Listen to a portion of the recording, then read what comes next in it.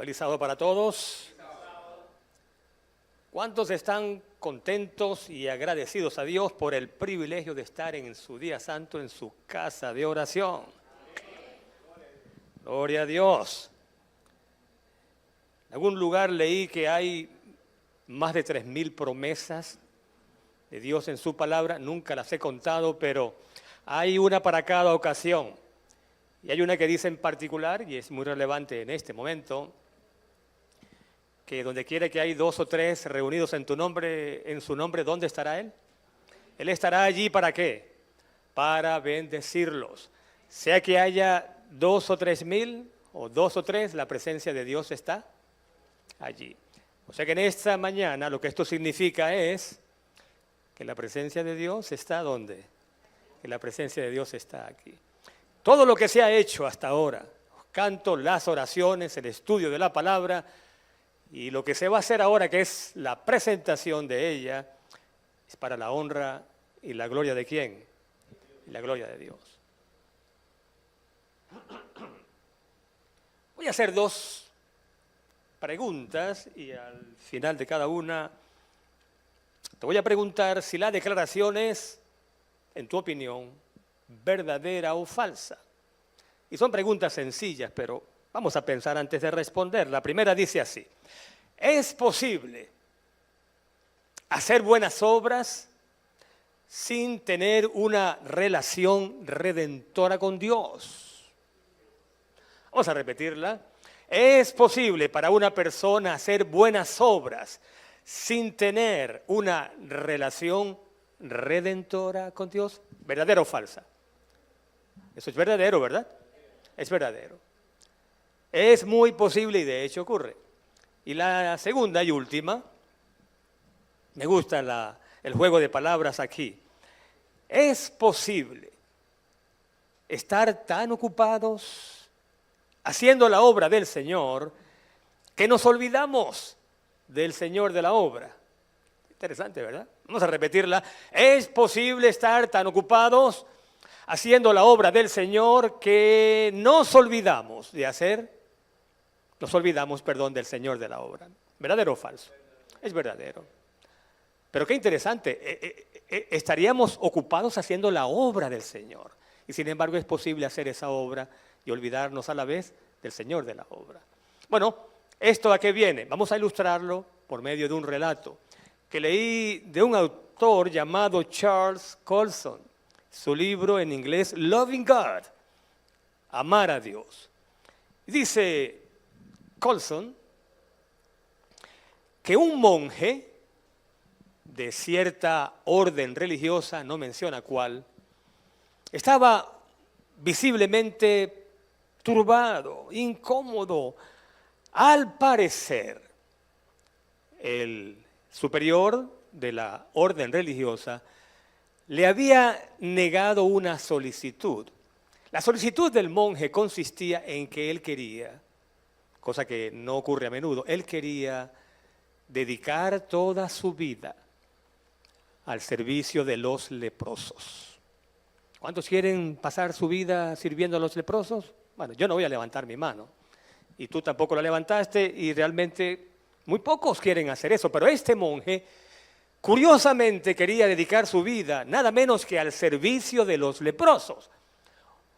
El caso es que el superior le había dicho no, y entonces él, aprovechando probablemente una visita de la Madre Teresa a su localidad, entonces él se acercó a la Madre Teresa y le planteó su inquietud, le contó lo que estaba ocurriendo con la vocación de su vida. Y entonces me gustó mucho la respuesta que la Madre Teresa le dio, porque le dijo: oye bien, mi hermano, su primera vocación no es servir a los leprosos, es pertenecer al Señor. Wow. Le voy a decir qué me llamó la atención de esta ilustración. Cuando uno está leyendo, la mente tiende a adelantarse.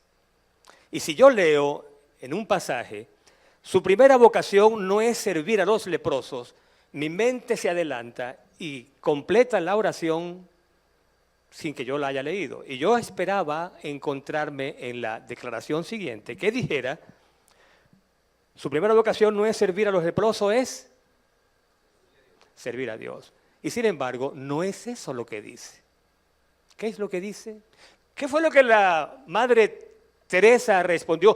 Su primera vocación no es servir a los leprosos, por muy noble que esa causa sea. Su primera vocación es, y usa la palabra, pertenecer a Dios. Y ahora, dime tú, ¿qué diferencia hay entre pertenecer y servir? ¿Y por qué precisamente en ese orden? Cuando yo digo pertenecer, la palabra pertenecer implica una relación. Nadie se pertenece, digamos, a sí mismo. Pertenezco a mi familia, ¿verdad? Pertenezco a la iglesia adventista, pertenezco a un grupo que se encarga de brindar ayuda humanitaria, pertenezco a... La implicación es de una relación. Cuando la Madre Teresa le dice a este monje, su primera vocación es pertenecer a Dios, está hablando, su primera vocación es mantener una, ¿qué cosa? Relación personal con Dios. Eso es lo primero. Y cuando yo digo servir, ¿qué significa la palabra servir? Obvio, ¿verdad? Implica hacer una obra. Lo que está diciendo este pasaje es, primero perteneces a Dios. ¿Sí o no? ¿Sí o no? Primero pertenecemos a Dios, luego el servicio a Dios. Pero a veces lo invertimos. Y pensamos que por medio del servicio ya estamos cumpliendo la parte vital que consiste en primero mantener, ¿qué cosa? Una relación personal. El servicio viene como ¿qué? Como resultado. Y entonces va a ser un servicio hecho con amor, porque estás sirviendo a aquel que te ha salvado. ¿Hasta allí está claro? Primero pertenecemos, mantenemos una relación personal y luego servimos. Y vamos a recordar ahora del apóstol Pablo dos incidentes de su vida. El primero, cuando tuvo ese encuentro personal con el Señor camino a Damasco. ¿Quién recuerda cuál fue la primera pregunta que el entonces Saulo de Tarso le hizo al Señor cuando cae de su caballo? Una luz lo encandila. ¿Cuál es la primera pregunta que él hace? ¿Quién eres tú, Señor? ¿Quién eres? Y la pregunta ¿quién eres? ¿Qué está pidiendo? Cuando tú haces la pregunta ¿quién eres? Identidad. ¿Quién eres, Señor? Y la segunda pregunta, ¿cuál fue? ¿Qué quieres que haga? Ok, el servicio viene después, ¿sí o no? ¿Quién eres tú? Bueno, una vez que yo sé, es este el Señor que se me está revelando. Ahora la pregunta, ¿cuál es? Bueno, obviamente es, ¿qué quieres que yo haga? Y ahora, de nuevo, un segundo ejemplo del apóstol Pablo. Y esta vez lo encontramos no camino a Damasco, sino a Roma. Estamos hablando ya del casi el final de su ministerio. Porque va a ser juzgado. Y lo más seguro, encontrado culpable y condenado a muerte. ¿Y qué pasó con esa embarcación? A ver, ¿quién recuerda qué pasó con una embarcación en la cual él iba?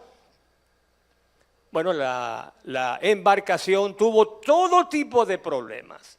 Y si quieres buscar el relato y acompañarme, Hechos capítulo número 27. El relato es muy largo, pero voy a mencionar solamente la parte en la cual, a partir del versículo 21, el apóstol Pablo se dirige a la tripulación y a los que van con él.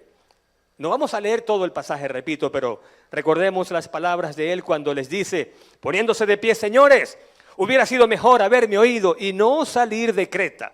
Versículo 22, pero ahora os insto a ¿qué? A que tengáis buen ánimo. Versículo 22, porque ninguno de vosotros se perderá. Wow. Recordemos que Pablo es un prisionero, pero está hablando allí como si él fuera el dueño y el personaje principal del viaje. Ninguno de ustedes va a morir. Solo se perderá, ¿qué cosa? La embarcación. Wow. Y ahora escuchemos. Esto que viene es poderoso. Versículo 23.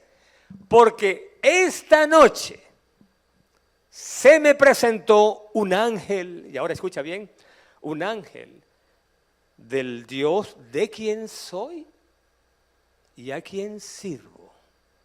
Esto hay que leerlo de nuevo. Que leerlo de nuevo. Anoche un ángel de Dios me habló. ¿Pero qué Dios? Porque esta gente adora muchos dioses. Dice, del Dios, dice, de quién soy. ¿Cómo podríamos decir ese de quién soy? De otra manera, el Dios al cual pertenezco. Él empieza por allí, porque eso es lo primero. ¿Cómo identifica Pablo a su Dios? ¿Y cómo él se identifica? Dice, el Dios de quien soy.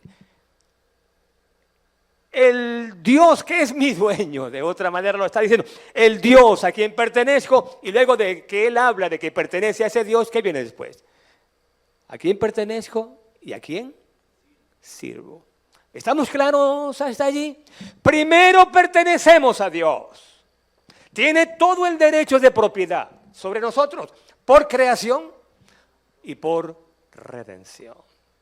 Doblemente dueño, pero precisamente por ser nuestro creador y por ser nuestro redentor. Entonces, de corazón, porque lo amamos, le servimos. Amén. De esto habló el Señor Jesús, nada menos que en su discurso inaugural. A ver, ¿quién me recuerda? ¿Cómo llamamos a ese discurso inaugural de nuestro Señor? ¿El sermón? El sermón del monte. Y vamos a buscar rápidamente, porque vamos a leer allí unas cositas. Ese versículo que todos, bueno, no hace ni falta leerlo, porque el versículo 33 lo sabemos de memoria. ¿Cómo dice Mateo 6:33?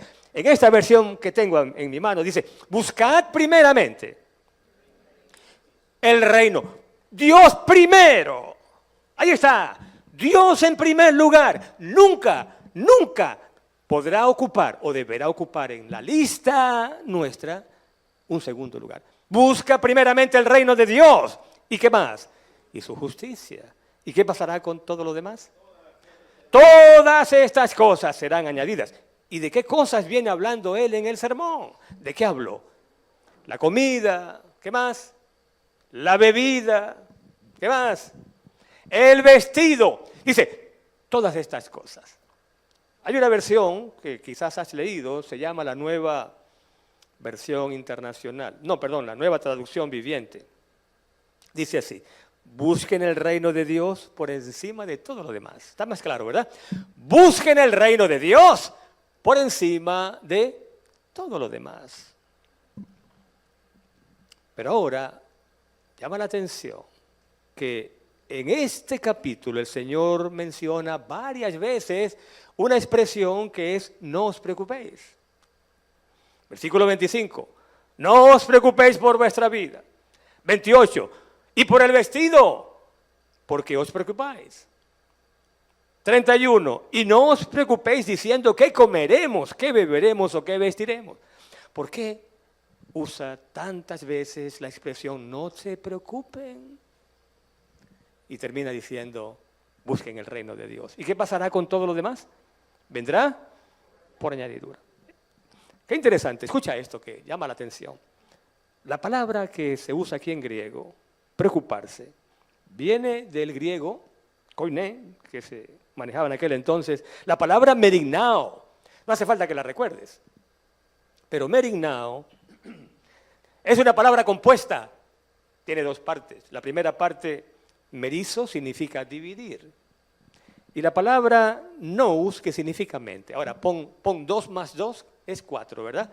Merignao, la primera parte significa dividir y la segunda parte mente. ¿Qué significa merignao?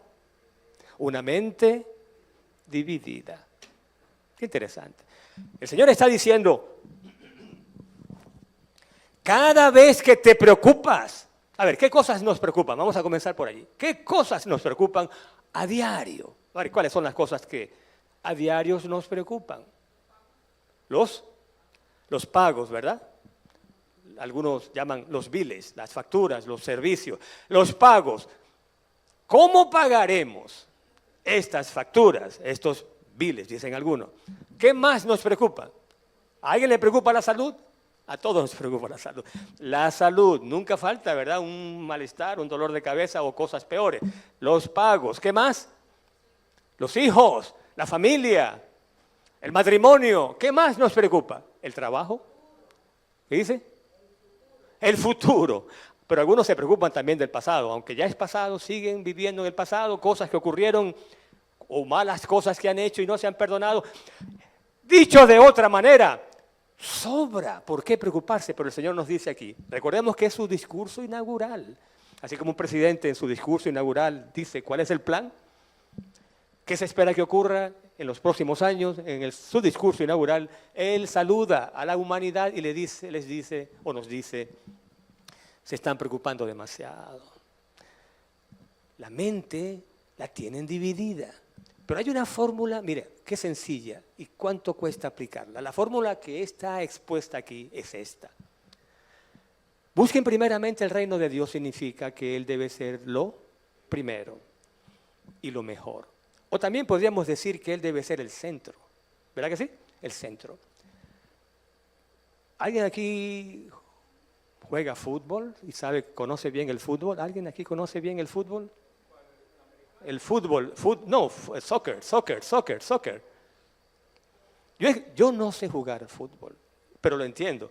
Y escuché una vez que alguien dijo, el secreto en un juego de fútbol, soccer, para mantener en jaque al enemigo o al rival domina el centro.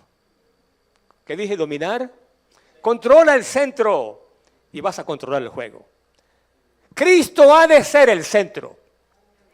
El centro. Y todo lo demás que acabamos de mencionar debe estar fuera del centro. Ahora escucha esto. Cuando lo leí me gustó. Y no he podido olvidar esta definición de lo que es la preocupación. La preocupación es tan importante en nuestra vida que el Señor la menciona en su discurso original varias veces. Porque, ¿qué es la preocupación? La preocupación consiste en que algo que debe estar en la periferia, no en el centro, en la periferia deben estar, la comida, la bebida, salud. La periferia es, no el centro. Cuando de la periferia o fuera del centro, algo se mueve hacia el centro, Jesús es desplazado y la preocupación se convierte ¿en qué?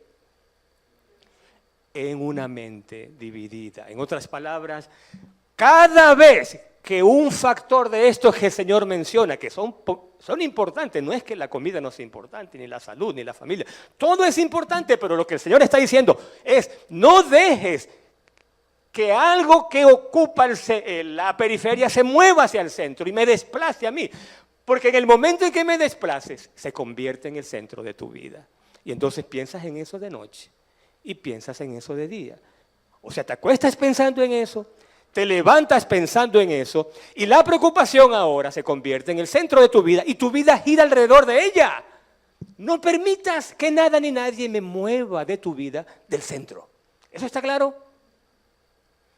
Y nos corresponde a nosotros decidir quién va a ocupar el centro, si la preocupación o el Señor Jesús. Ahora, dicho todo esto, ¿cómo lo ilustramos? Bueno, el Señor Jesús lo hace de una manera como Él siempre lo hace, impecable, maravillosa. Una vez estuvo Él de visita en un hogar de una aldea. A ver, el nombre de la aldea, donde estaban sus buenos amigos, Betania. Allí estaban Marta, María, y ocurrió algo interesante. Vamos a buscarlo en Lucas capítulo 10. El pasaje es conocido, pero no está de más leerlo, por lo menos algunos de los pasajes, porque lo que aparece allí es, el Evangelio de una manera dulce, de una manera tan sublime, tan suprema, tan hermosa, que aquí está prácticamente el secreto de una vida cristiana floreciente, pujante, creciente. Jesús está en casa de María y Marta, la aldea de Betania, y Marta tenía una aldea, estamos en Lucas 10, a partir del versículo 38, estoy en el 39. Esta tenía una hermana llamada María, que se sentó a los pies de Jesús y oía su palabra. Pero Marta Versículo 40. Atareada con muchos quehaceres, se acercó a Jesús y le dijo: Señor, ¿no te preocupa que mi hermana me deja servir sola? Y ahora escuchen este atrevimiento, ¿verdad? ¿Qué cosa? Ella está tan metida en las cosas que está haciendo para servir al Señor. Recordemos, primero debe venir, ¿qué cosa? Antes del servicio, tú perteneces a Dios primero.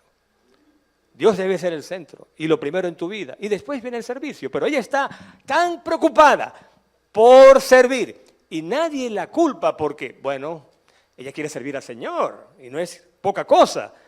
Pero su afán, su preocupación, según Merinao, mente dividida, está tomando la mejor parte. Y ahora ella, bueno, se atreve a decirle al Señor lo que debe hacer. Imagínense, ¿le vas a decir al Señor lo que Él debe hacer? Dile que me ayude. Y aquí la respuesta de Jesús. Y mucha atención ahora porque prácticamente nos está hablando a ti y a mí. Pero Jesús le respondió, versículo 41, Marta, Marta, estás preocupada. ¿Y saben qué palabra usa aquí? ¿Preocupada? En griego. Merinao. Tu mente está dividida. O sea, vamos a tratar de entender este asunto. Allí está Jesús, el Señor, y está hablando, enseñando. No puedes darte el lujo de perder una sola palabra. Cuando Jesús habla, todos callamos, porque es el Señor quien está hablando. ¿Cómo puedo perder una sola palabra? No puedo permitirme ese lujo. ¿Cuántas veces tendré ese privilegio de escuchar al Señor? Y María, como dicen por allí, ni corta ni perezosa, ¿está dónde? A los pies del Señor. No quiere perder una sola palabra. Todo lo demás es secundario.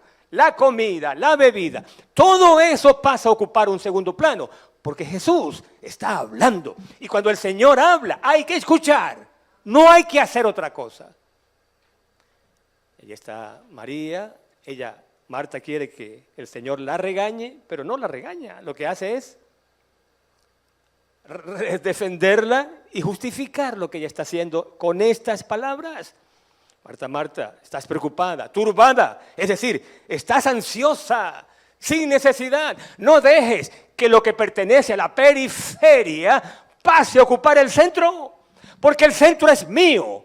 Y mientras yo esté en el centro de tu vida, no tienes nada que temer.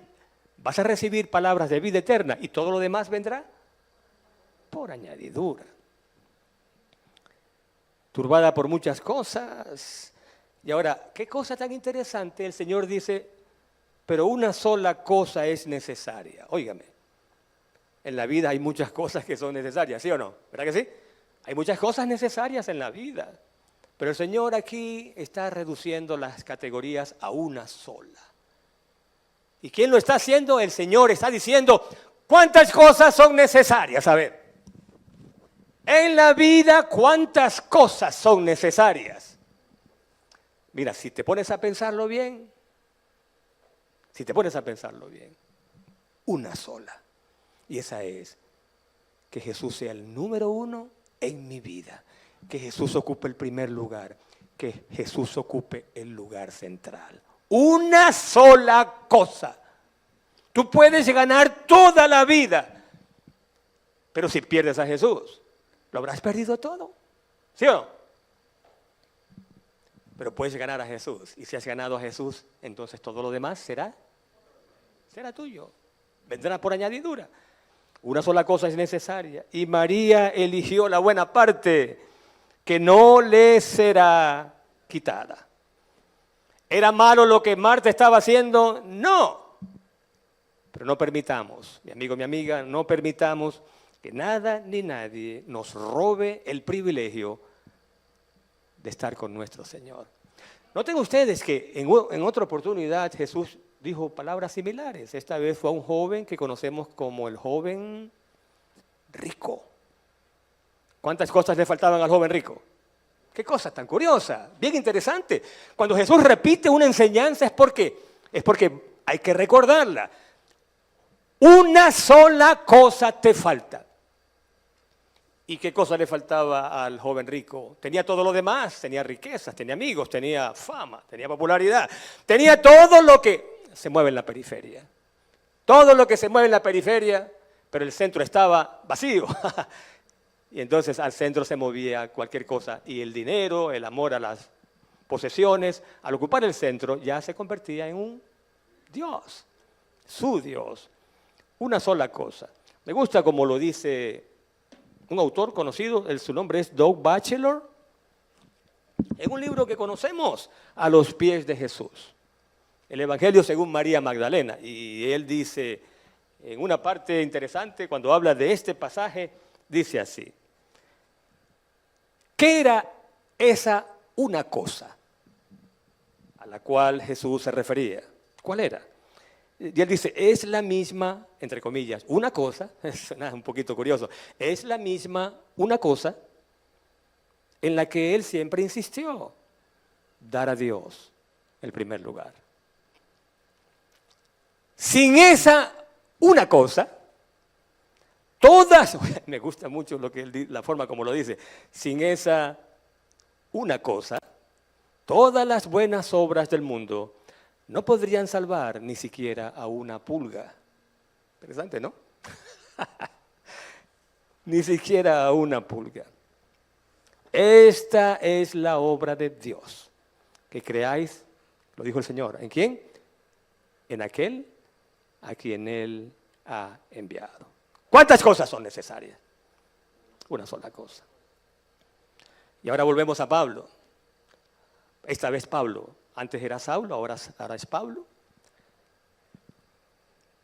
En su camino a Damasco, Pablo se encontró con esa una cosa. ¿Y saben qué? Cuando la encontró, no la soltó.